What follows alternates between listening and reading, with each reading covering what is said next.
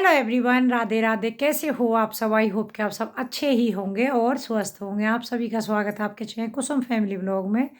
तो यहाँ देखिए वीडियो शुरू कर लेते हैं। आज सुबह से नहीं करी बिल्कुल भी। ज़्यादातर मैं वैसे सुबह में ही कर लेती हूँ। अब टाइम हो रहा है सही 4:15 बज रहे हैं। मतलब आज क्या रहा है मेरा पूरा दिन का रूटीन। आज वैसे मौसम अच्छा रहा है, थोड़ा धूप निकली थी दिन में और मशीन लगाई, कपड़े धोए। आज मैंने ये वाला टोपा पहना। ये वाला टोपा मेरा बहुत पुराना है, बहुत ज़्यादा वाला पुराना है। तो मशीन लगाई, सब टोपे वगैरह सब धो दिए हैं मैंने, क्योंकि 2-3 दिन से ना कपड़े भी नहीं धोए थे और बारिश भी हो लगातार 2-3 दिन से मौसम ख़राब ही हुआ।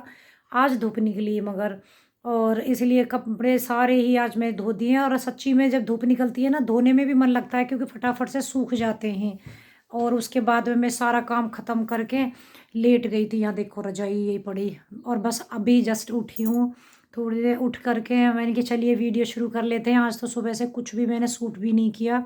कपड़े वगैरह धोए, मशीन वशीन लगाई, कुछ भी मैंने फ़ोन नहीं उठाया, कैमरा अपना। तो मैं सारा काम अब मेरा सुबह का तो कंप्लीट हो गया है। अभी उठी हूँ। एक्चुअली पापा जी ने इस बारे में आप लोग सब पूछ रहे थे। ठीक है बिल्कुल, क्योंकि उस दिन ऑपरेशन हुआ था सैटरडे में, संडे में, आज हो गया मंडे। संडे में पट्टी खुली थी, सुबह फिर से हॉस्पिटल गए थे। तो जो पट्टी बांधी थी उस दिन खुल गई थी। उसके बाद डॉक्टर ने मतलब आँख में डालने के लिए 2 दवा दी है, ड्रॉप जो रहती हैं, और खाने के लिए गोली, और काला चश्मा दे दिया है कि कुछ भी लाइट वगैरह, वैसे लाइट बाहर हॉल में नहीं जला रही। एक छोटी सी मैं काम करती हूँ तो जलाती हूँ, फिर उसके बाद बंद कर देते हैं क्योंकि उनको थोड़ा सा चमक सी लगती है। इस वजह से कोई लाइट नहीं जला रहे हैं। अगर मुझे अरीसू पता है सर्दियों में क्या रहता है कि मुझे लाइट जली रहती है ना तो तब अच्छा लगता है। अंधेरे में बिल्कुल ऐसा लगता है जैसे ठंडा ठंडा सा, और गर्मियों में लाइट बंद करके अच्छा लगता है। तो मैं और ईशु ज़्यादातर यहीं रूम में ही बैठते हैं, क्योंकि बाहर बैठती हूँ ना तो पापा जी ने कहा बात करने का मन करता है थोड़ा थोड़ा। डॉक्टर ने तो बोला नहीं है कुछ, लेकिन अभी थोड़ा लगता है ना कि जैसे हम बोलेंगे तो ये चीज़ें चलती हैं, तो इसलिए बोलने के लिए।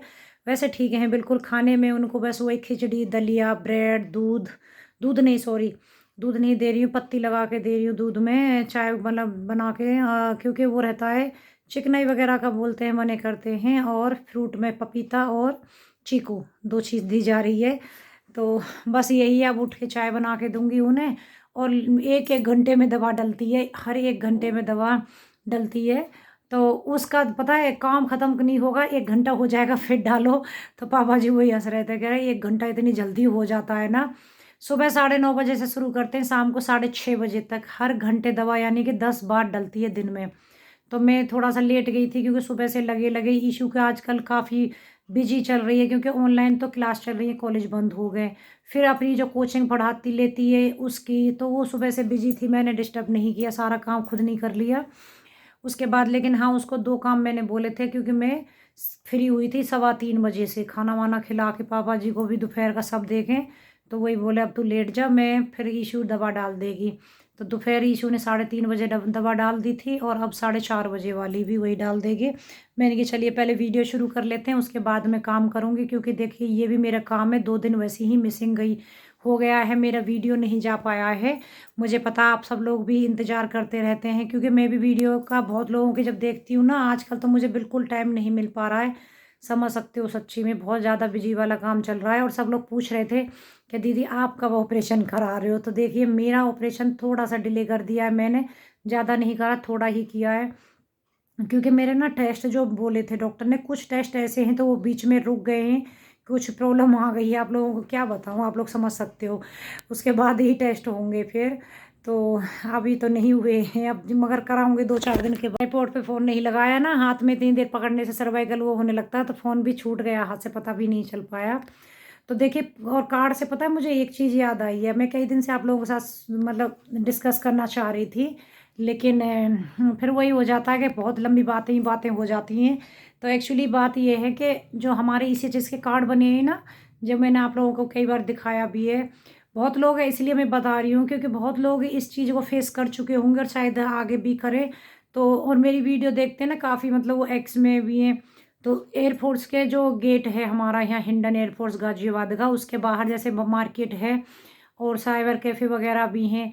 तो वहाँ पे ज़्यादातर सब लोग अपने कार्ड वगैरह बनाने के लिए देते हैं, क्योंकि वहाँ पे रहते हैं ना जो साइबर कैफ़े वाले, उनको पता है। जैसे अभी मैं यहाँ रहती हूँ, यहाँ उनको बोलूँ तो उनको उतनी जल्दी से पता नहीं, क्योंकि यहाँ एरिया वहाँ पे एरिया तो ये काम होता है, तो उन लोगों को पता है ज़्यादा। तो एक पिछले जनवरी में हम कार्ड अप्लाई करके आए थे, मैं और सरिता भाभी गए थे, भैया उन लोगों ने भी करे थे अपना, मैंने भी, और ईशू, हम में 2 कार्ड हमारे थे।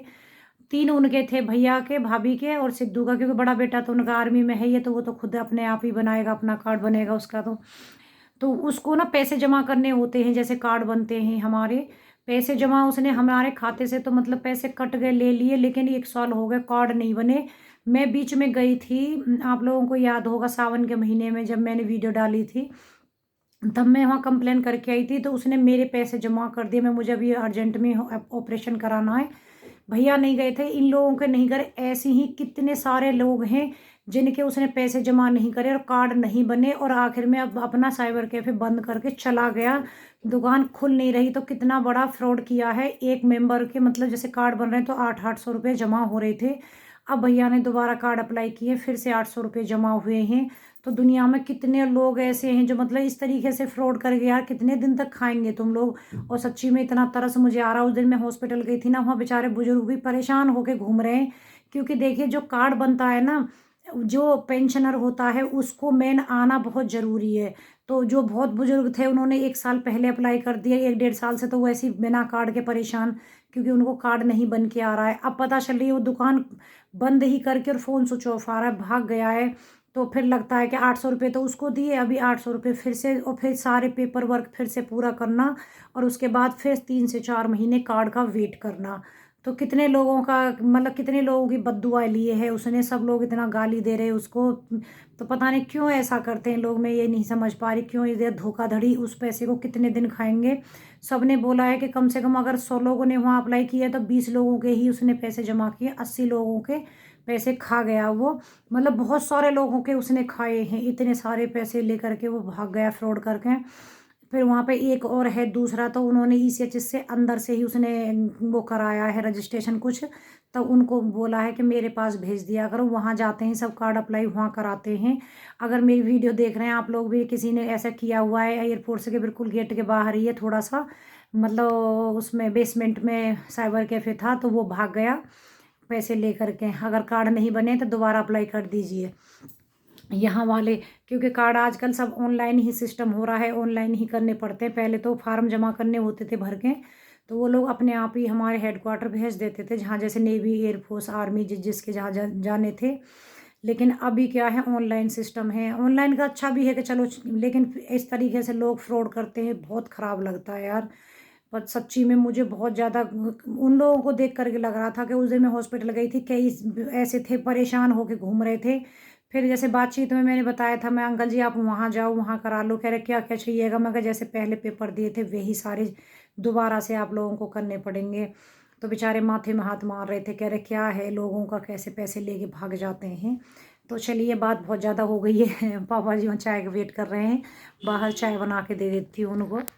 तो यहाँ पे देखिए किचन में आ गई, चाय वगैरह बना के मैंने पापा जी को दे दी थी पहले ही, और फिर सारे कपड़े उतार गए हैं बाहर से, तय लगा के रखे हैं। और मेरा टोपा भी सूख गया, मैंने पहन लिया, क्योंकि ये वाला टोपा ना बड़ा कंफर्टेबल, अंदर से बड़ा सॉफ्ट सा है, मुझे अच्छा लगता है।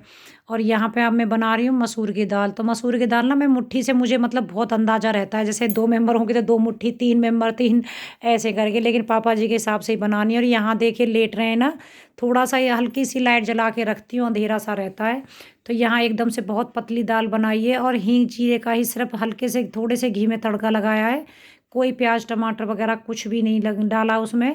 बहुत मामूली सी हरी मिर्ची डाली है, जरा सी जो चोंच पे से रहती है ना हरी मिर्ची, जो टुकड़ा सा वहाँ से ही, और बस हींग जीरा और नमक हल्दी, क्योंकि इसमें लाल मिर्ची वगैरह आँख बनती है जब बिल्कुल भी नहीं देते, नहीं तो दर्द होता है। तो पापा जी का आज मन हो रहा था कि दाल में रोटी भिगो के दे दे मुझे, तो और वो भी मक्का की रोटी उनको बहुत ज़्यादा पसंद है। तो ये कह रहे हैं मक्का की रोटी थोड़ी जल्दी सॉफ्ट हो जाएगी, तो मैंने कि चलिए तुम्हें मक्का की रोटी दे देती हूँ आज भिगो करके, क्योंकि 2-3 दिन से रोटी वगैरह नहीं खाई ना उन्होंने, खिचड़ी दलिए पे ही है।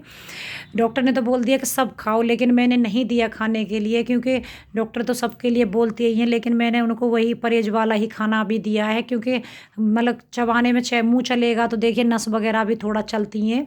तो बस यहाँ पे फिर मैंने कि चलो आपकी रोटी मक्का की बनाऊँगी तो अपनी और ईशू की भी बना लेती लेती हूँ मैं, क्योंकि मेरी आलू गोभी की सब्ज़ी बनाई है मैंने और दाल भी है, थोड़ी-सी एक्स्ट्रा भी बन जाएगी क्योंकि आप लोग कितना भी सोच लेते हैं हम कि थोड़ी ही बनाएँगे लेकिन ज़्यादा बन जाती है।